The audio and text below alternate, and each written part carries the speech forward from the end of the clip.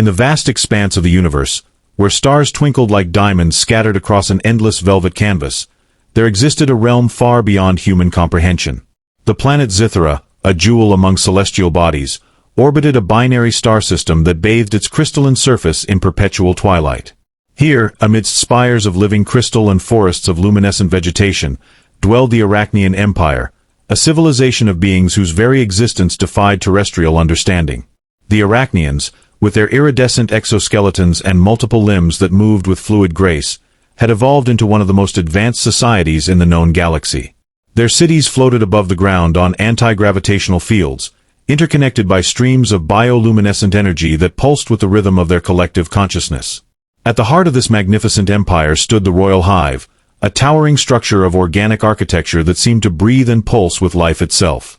Within this hive resided Queen Zalara, the matriarch whose presence commanded both reverence and awe.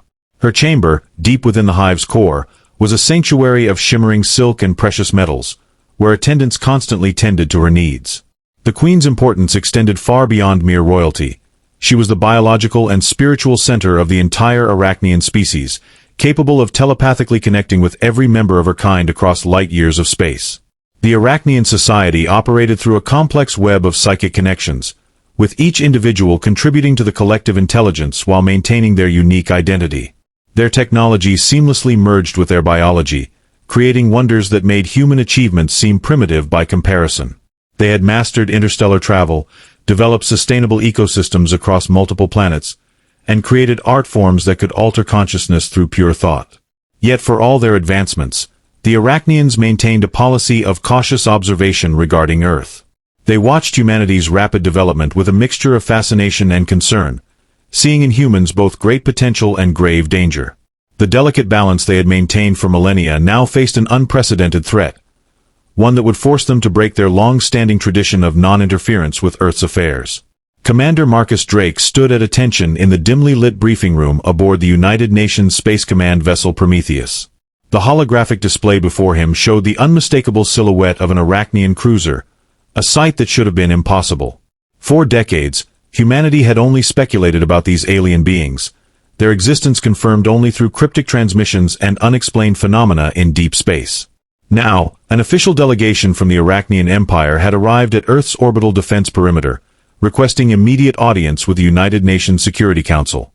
The gravity of the situation pressed heavily on Marcus's shoulders. As leader of the elite Alpha Squad, he had spent years preparing for first contact scenarios, but nothing could have prepared him for this moment.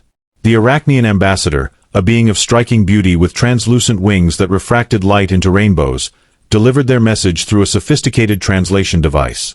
Their revered queen, the biological and spiritual heart of their civilization, had fallen victim to a mysterious toxin that was slowly shutting down her vital systems. Their scientists had traced the poison's origin to a rare compound found exclusively on Earth.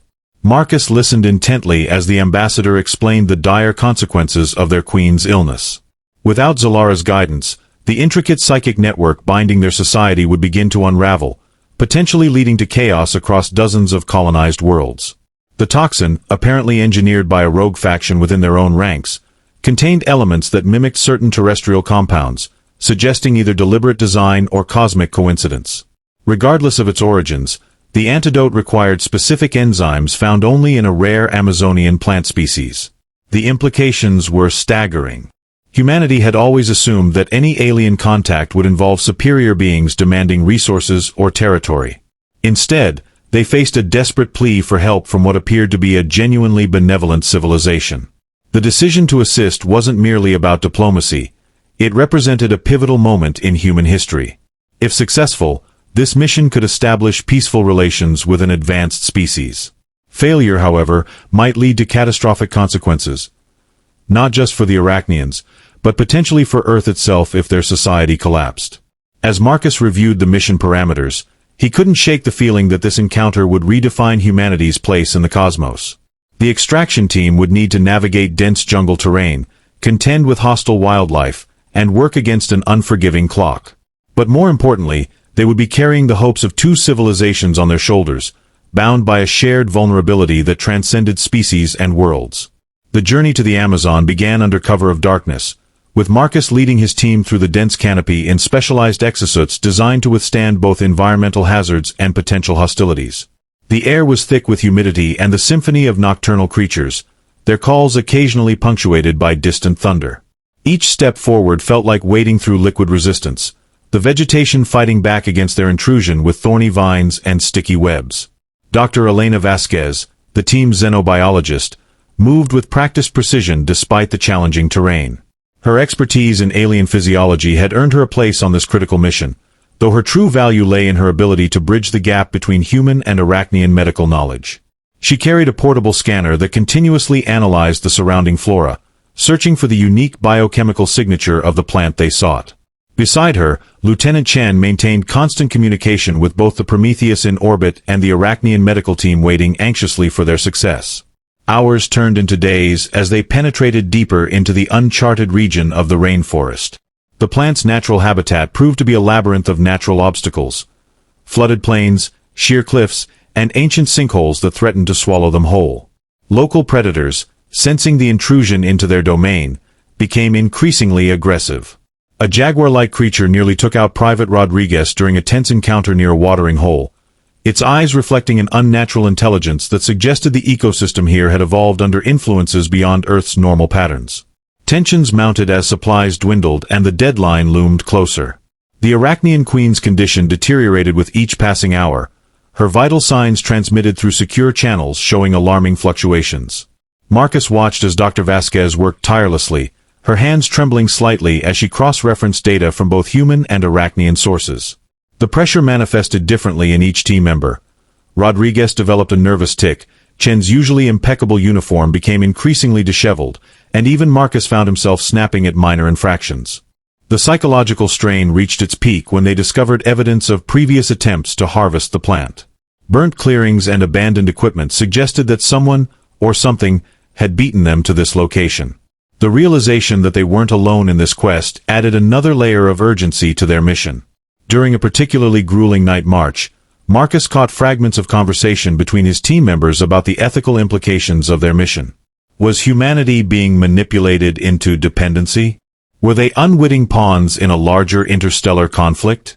Yet amidst the mounting pressure and growing doubts, moments of unexpected beauty pierced through their anxiety. The discovery of bioluminescent fungi illuminating their path, the synchronized dance of fireflies creating constellations beneath the canopy, and the haunting call of unknown birds reminded them of why they fought so hard to preserve this fragile world. These small wonders served as poignant reminders of what connected all sentient beings across the stars, the fundamental drive to survive and thrive in a universe that often seemed indifferent to such struggles.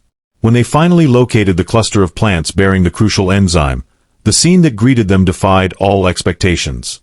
Nestled in a hidden valley surrounded by sheer rock walls, the plants grew in perfect concentric circles, their leaves pulsing with a soft, otherworldly glow. What truly stunned the team was the presence of indigenous people, descendants of an ancient civilization believed lost to time, who had been cultivating and protecting these plants for generations. These guardians, their skin marked with intricate patterns that seemed to shift like liquid silver, communicated through a complex language of gestures and melodic tones that resonated deep within the human psyche. The revelation struck Marcus with the force of a physical blow. This wasn't merely a matter of harvesting medicinal plants. They had stumbled upon a sacred site where human and alien destinies had intertwined long before recorded history. The indigenous elders, through Dr. Vasquez's careful interpretation, revealed that their ancestors had encountered the Arachnian centuries ago during a period of global crisis. The aliens had shared advanced agricultural techniques and healing knowledge, while the humans had provided access to Earth's unique biodiversity. This ancient alliance had been maintained in secret, passed down through oral traditions and encoded in the very DNA of these remarkable plants. As Marcus processed this information, he realized the depth of responsibility resting on his shoulders. The plants couldn't simply be harvested. They required a ceremonial approach that honored their dual heritage. The indigenous guardians insisted on participating in the collection process, explaining that each plant must be carefully selected and treated with specific rituals to ensure its potency remained intact. This meant delaying their return, potentially jeopardizing the Queen's survival, but proceeding without proper protocol risked rendering the entire mission futile. The situation grew more complex when the indigenous leaders revealed another shocking truth. The toxin affecting the Arachnian queen bore disturbing similarities to compounds used in ancient human warfare. Their historical records spoke of a forbidden weapon, developed during a dark period of human history, that had been sealed away in sacred vaults. The implication hung heavy in the humid air. Someone had broken this ancient covenant, unleashing a threat that endangered both species. Time became an enemy as relentless as the jungle itself. Each sunrise brought new revelations about the interconnectedness of human and Arachnian histories, while each sunset marked another day closer to the Queen's potential demise. Marcus found himself torn between honoring the sacred traditions of Earth's protectors and fulfilling his duty to save an alien monarch whose survival might determine the fate of two civilizations.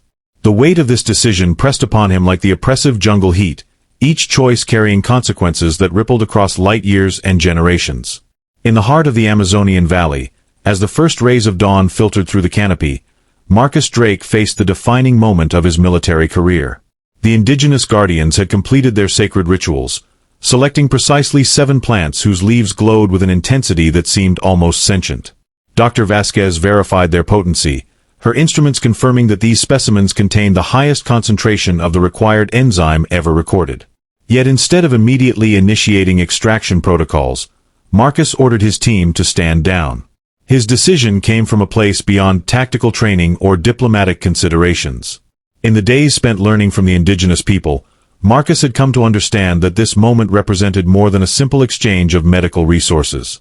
It symbolized the intersection of 2 ancient promises, one made between humanity and the Arachnians centuries ago, and another between Earth's original stewards and the land itself. The commander's voice, when he finally spoke, carried the weight of this profound realization. "Prepare the ceremonial grounds," he instructed, surprising even himself with the conviction in his tone. "We'll do this according to their traditions."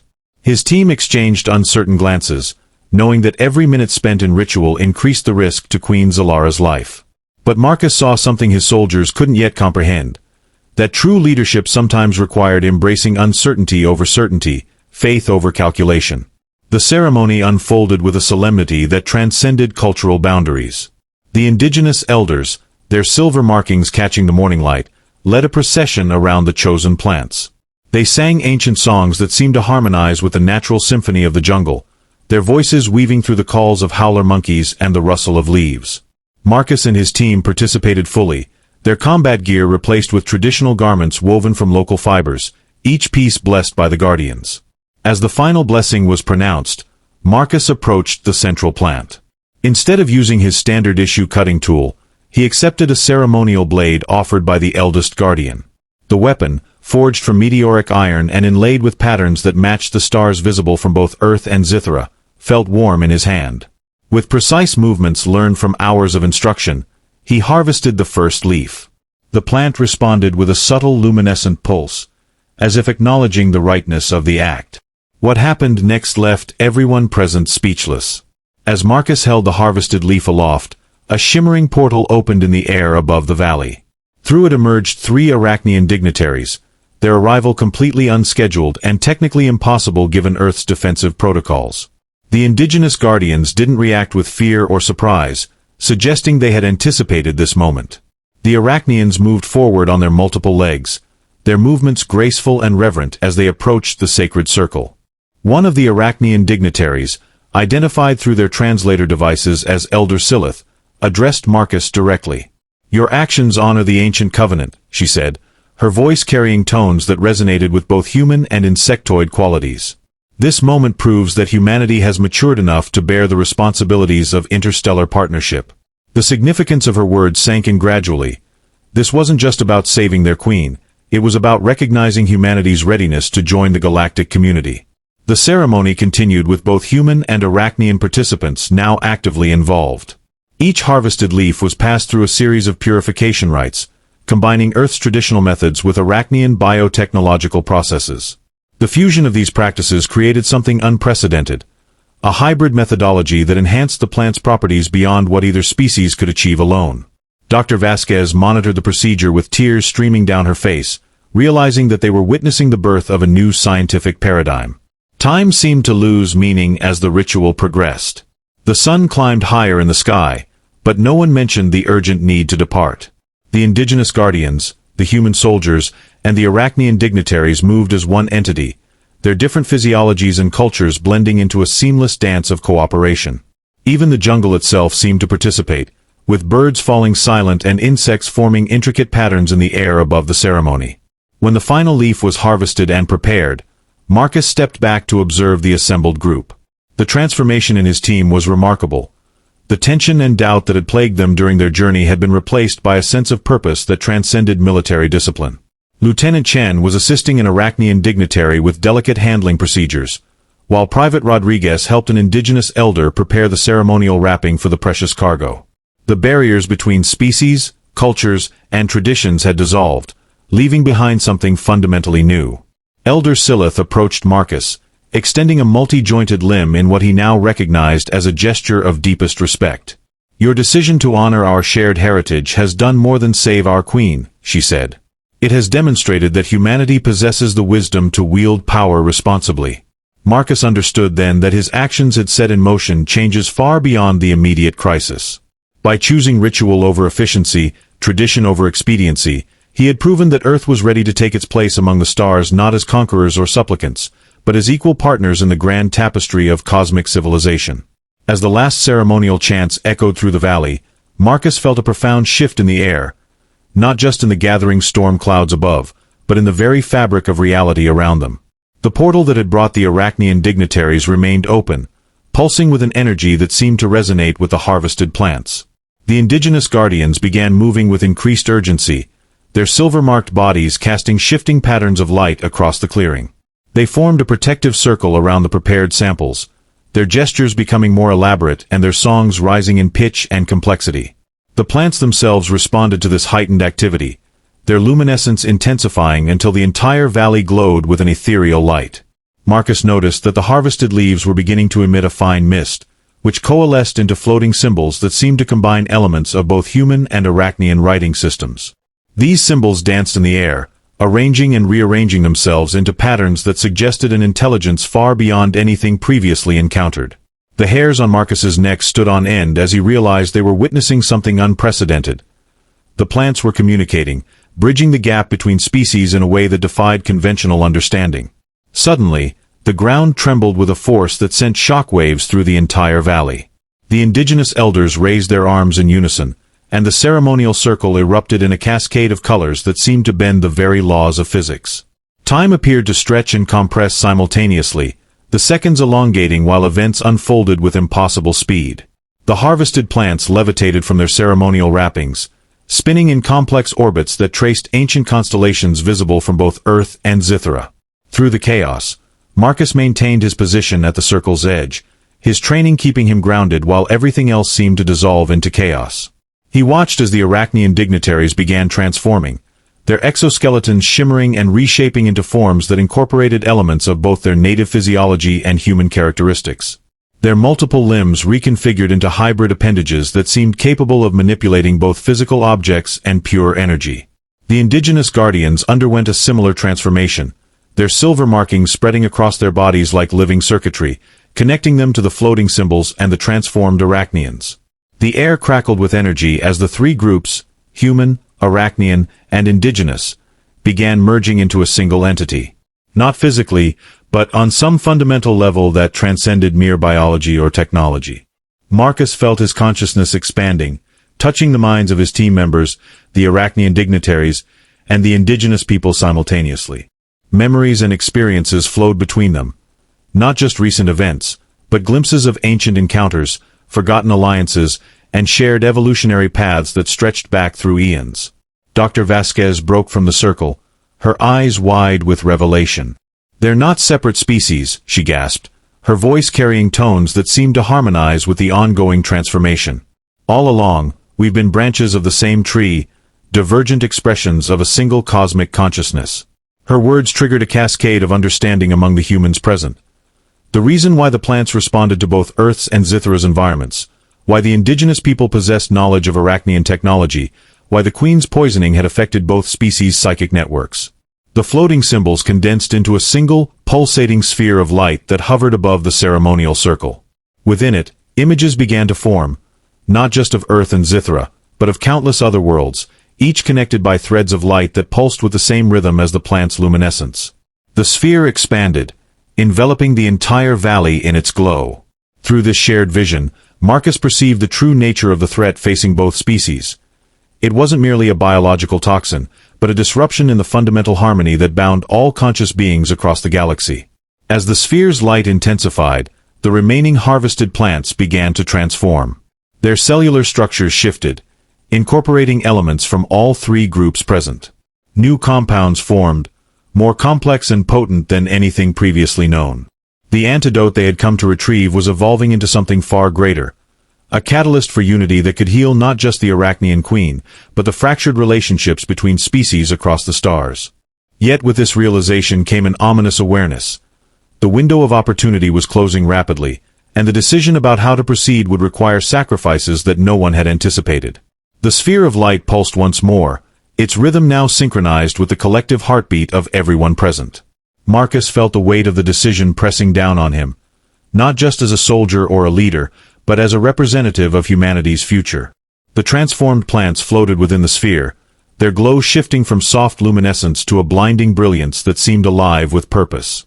Each pulse resonated through his chest, as if urging him to act before the moment passed. Elder Silith stepped forward, her hybrid form shimmering like liquid starlight. "Commander Drake," she said, her voice layered with tones both alien and familiar. "What you see before you is not merely an antidote for our queen. It is the seed of something greater, a bridge between worlds, species, and dimensions. But it cannot exist in this state indefinitely. To preserve its power, it must be anchored by choice." "Anchored?" Marcus asked, his voice steady despite the chaos swirling around them. "The energy contained within these plants represents unity itself," one of the indigenous guardians explained, their silver markings now flowing like rivers across their skin. "But such unity requires sacrifice. Someone must bind themselves to this essence, becoming its guardian until it can fully manifest across both Earth and Zithra." The implications hit Marcus like a thunderclap. This wasn't about delivering medicine anymore. It was about committing to a role far beyond anything he'd ever imagined. He glanced at his team, Dr. Vasquez clutching her scanner with trembling hands, Lieutenant Chen standing rigid with resolve, Private Rodriguez staring wide-eyed at the glowing sphere, and realized they all understood what was being asked. One of them would have to stay behind, merging with the essence to ensure its completion. Before anyone could speak, Marcus made his decision. "I'll do it," he said firmly, stepping toward the sphere. His voice carried authority, but also a deep sense of finality. "This mission began with me, and it ends with me. I've seen what's at stake, not just for the Arachnians, but for all of us. If someone has to stay, let it be me." "No," Dr. Vasquez cried, rushing to his side. "Marcus, you can't. You're needed back home. Humanity needs leaders like you. And Earth needs people like you," Marcus replied, placing a hand on her shoulder. "You've shown us how much we share with the Arachnians. You're the bridge between science and tradition, human and alien. Your work isn't finished yet." Lieutenant Chen stepped forward next, his face etched with emotion. "Sir, with respect, this shouldn't fall on you alone. Let me take your place. My family. They wouldn't even notice I'm gone." His voice cracked slightly, betraying the pain beneath his stoic exterior. Marcus shook his head. "Chen, your loyalty means everything to me, but think about what you're saying. Your family may not know you now, but they will someday. And when they do, they'll need someone who understands duty and sacrifice. That's you." Private Rodriguez hesitated, tears streaming down his face. "Commander, I don't know what to say. You've always had our backs. How can we let you do this?" "You're not letting me do anything," Marcus said with a faint smile. "This is my choice. All of you have families, futures, lives waiting for you back home. Me. I've spent years preparing for moments like this. If staying here means protecting two civilizations, then it's worth every second." The indigenous elders exchanged knowing glances, their expressions unreadable yet filled with profound respect. One of them approached Marcus, holding out a ceremonial staff adorned with feathers and crystals. "Your willingness honors us all," the elder said, their melodic voice resonating with ancient wisdom. But know this, the path you choose will change you forever. You will become neither wholly human nor wholly arachnian, but something new, a guardian of balance, a keeper of harmony. I understand, Marcus replied, accepting the staff. He turned to face his team one last time, memorizing their faces, their courage, their trust. Take the samples back to the Queen. Tell her that humanity stands ready to walk alongside her people. Together, we'll build a future where no one has to suffer alone. As his team reluctantly prepared to leave, the sphere began to envelop Marcus, its light wrapping around him like a cocoon.